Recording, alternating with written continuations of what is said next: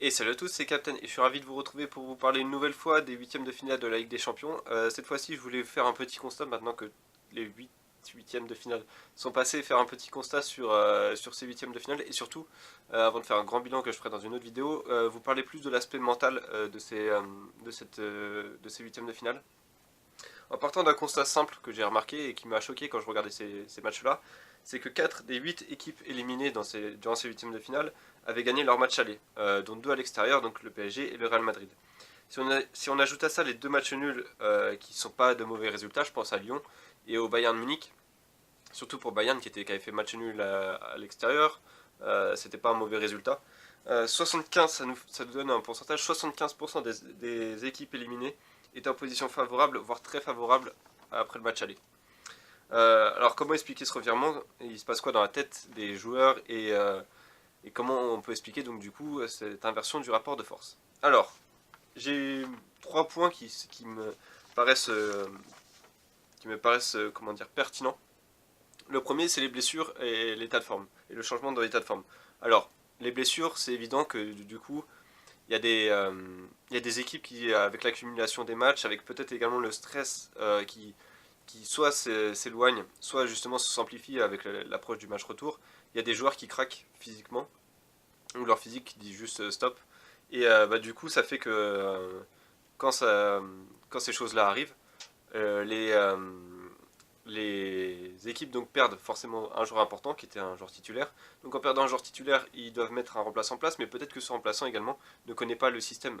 Du coup, les équipes doivent changer de système de jeu, ou alors se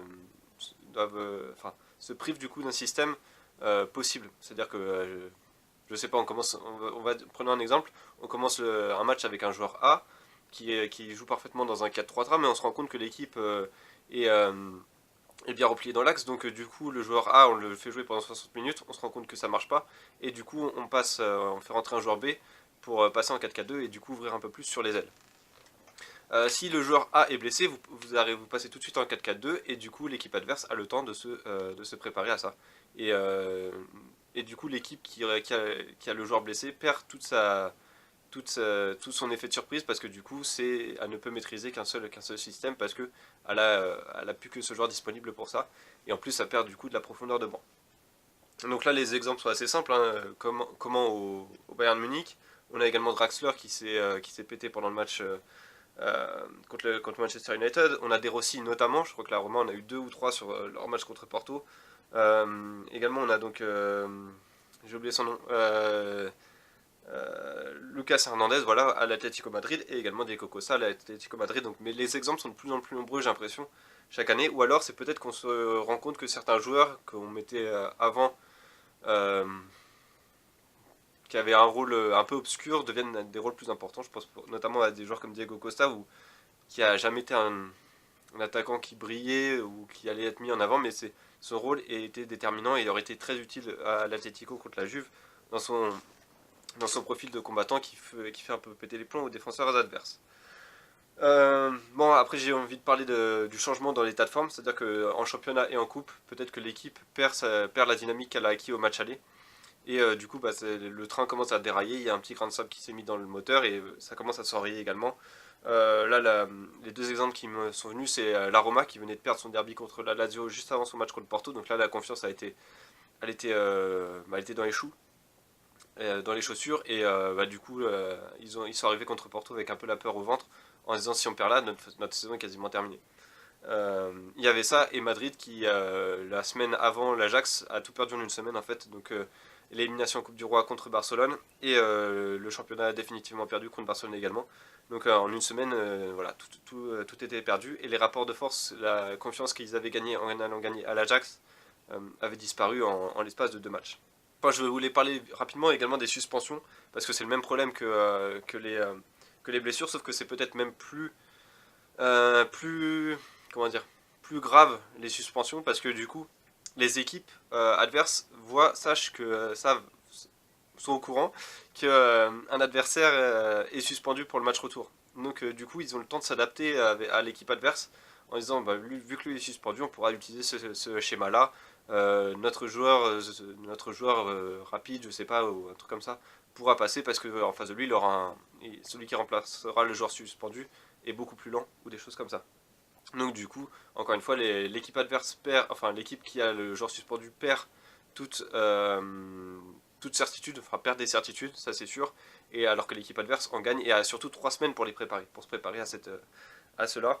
Je pense que là, les deux exemples qui me viennent et qui sont complètement criants sont Ramos contre Madrid, enfin contre l'Ajax, où la défense centrale du Real était complètement au chou, et Kimmich au Bayern, où bah, du coup c'est le côté droit du Bayern qui a tout simplement pas existé, que ce soit en attaque ou en défense. Alors qu'avec Kimmich ça aurait été peut-être différent, mais bon, ça on le saura jamais.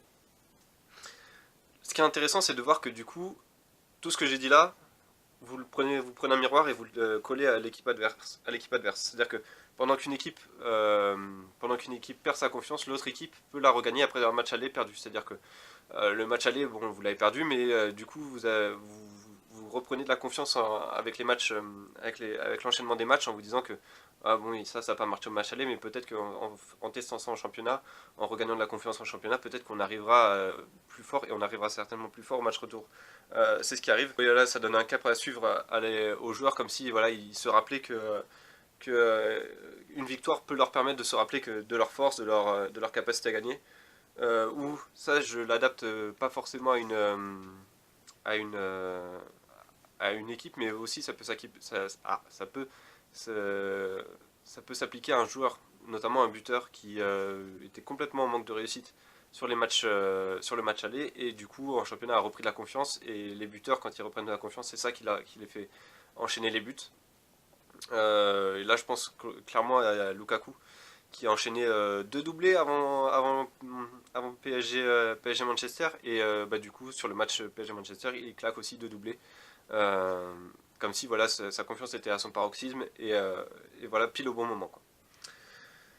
Et puis voilà, en termes d'équipe qui a repris confiance, on peut également parler de la Juventus qui après son match aller contre l'Atlético, et ça c'était je crois une semaine avant le match retour justement, affronté Naples, son dauphin, et ils les ont battus je crois 3-1 ou quelque chose comme ça, donc ça redonne vraiment de la confiance en soi. Il y a également l'orgueil pour l'équipe adverse, l'orgueil de ne pas se faire battre deux fois par la même équipe qui joue. Donc c'est souvent des joueurs expérimentés pardon, et caractériels qui vont pousser l'équipe à bah, justement se révolter, à pas se dire bah, on va pas perdre deux fois contre ces mecs-là, c'est pas possible. Ou alors une histoire européenne à défendre, une histoire du club à défendre, et ça pousse l'équipe à se transcender du coup. C'est parfois également poussé par le public, et là bon, les exemples peuvent être nombreux. Donc on a Ronaldo et la Juventus, poussé par le public par le fait que c'est un joueur expérimenté et orgueilleux, qui n'allait pas se faire battre deux fois. Je pense également à Liverpool, et ça c'est surtout de l'histoire de Liverpool contre les clubs allemands, où il y a eu 14 confrontations, si je ne me trompe pas, en, en affrontement direct, et je crois qu'il y a eu un truc comme 11 qualifications pour Liverpool, donc c'est vraiment que ils avaient voilà, aussi l'histoire de leur club entre guillemets à défendre. L'Ajax également qui a défendu, enfin c'est surtout là, à mon avis l'orgueil de l'Ajax. Certes des jeunes joueurs, mais justement peut-être parce que c'était des jeunes joueurs, ils se sont dit bah attendez, on a marché dessus on a marché sur les triples champions d'Europe à l'aller, on peut le faire au retour et on va le prouver. On allait encore plus leur marcher chez eux, leur marcher dessus et en plus chez eux. Donc voilà. Je pense également à Marega qui pour Porto a été véritablement le joueur qui leur a permis de se transcender, à toute l'équipe d'avancer, etc. Et c'est lui qui a pesé sur la défense de la Roma, qui était en plus arrivé juste pour défendre, et du coup d'avoir un joueur qui les bouffait comme ça a permis à toute l'équipe de reprendre confiance. Et évidemment on peut également parler de Messi qui lui en plus c'était pas non seulement c'était le match aller qui lui avait pas plu, mais on peut également parler du fait que Ronaldo jouait la veille, je crois, et avait marqué les esprits, donc là Messi devait faire pareil en tant que joueur expérimenté et orgueilleux. Enfin maintenant je vais aborder à mon avis ce qui est le plus important, et ce dont les joueurs de foot parlent peu, et dans les analyses on parle également peu, on en parle de plus en plus, mais on en parle à mon sens pas beaucoup parce que c'est quelque chose de plus en plus important dans le foot, je pense. C'est le moral, et qui est, je l'ai appelé le joker fourbe. C'est-à-dire que ça peut à la fois vous permettre de prendre totalement le dessus sur l'adversaire, ou alors de vous mettre justement plus bactère alors que vous avez les capacités pour battre l'équipe adverse.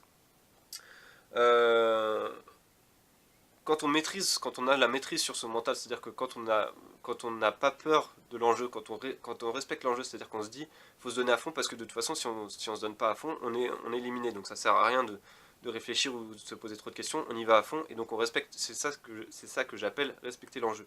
Quand on respecte cet enjeu-là, bah, du coup, on insuffle la peur chez l'adversaire. On lui montre que de toute façon, on va pas tomber sans combattre et on va vraiment donner le meilleur de nous-mêmes. Et il va falloir que vous sortiez le meilleur de vous-même aussi parce que sinon on vous marche dessus. Et ça, c'est vraiment des choses qu'on voit souvent en début de match. Et bah, je pense à l'Ajax, même si l'Ajax s'est fait dominer pendant 10 minutes, mais après ils ont tout de suite repris le fil du jeu et pendant le reste de la mi-temps ils ont marché sur le Madrid et la Juventus. Et donc cet aspect-là, je trouve, se voit le plus, donc, comme je l'ai dit au début de match, et surtout dans les défis physiques, dans les duels, voilà, euh, dans l'intensité de jeu, ou au contraire également dans une maîtrise très froide. Et là, je pensais, quand je parlais comme ça, je pensais à l'Ajax, j'ai cité l'Ajax, la Juventus évidemment, face à l'Atlético.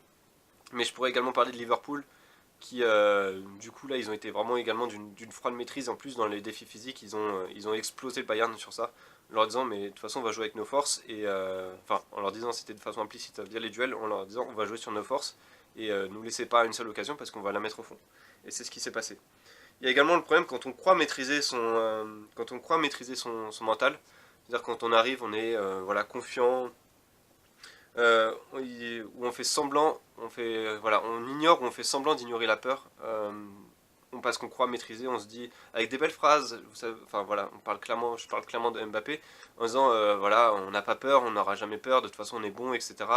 Enfin, on connaît nos forces, on sait comment jouer, on est à domicile, etc. Ça va bien se passer. C'est souvent en se basant sur le résultat aller, en disant on a fait 2-0 de toute façon, donc il peut pas nous arriver. Enfin là, ça, c'est la preuve qu'on est bon, etc. Il peut pas nous arriver grand chose.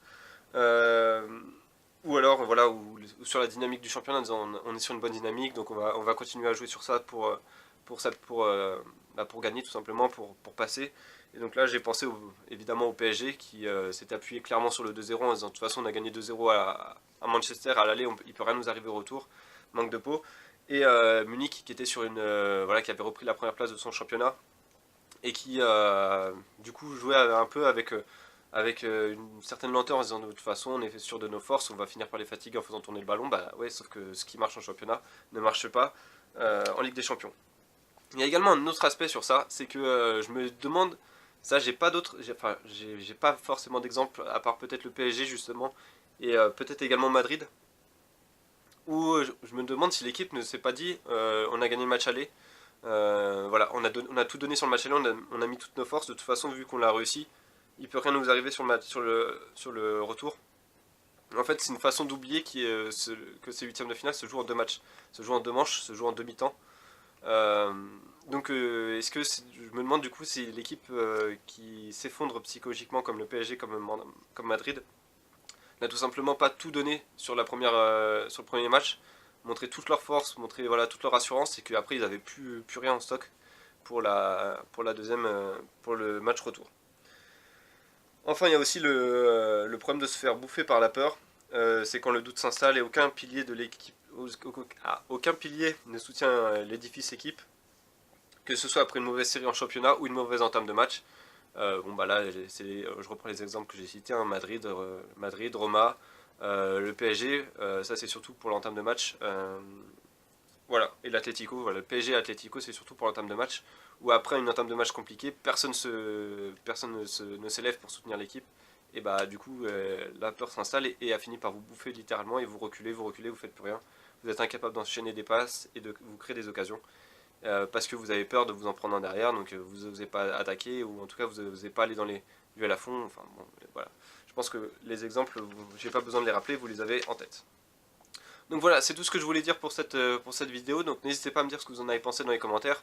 Quel est selon vous le facteur le plus important parmi ces trois, ou est-ce que c'est une combinaison des trois qui vous paraît la plus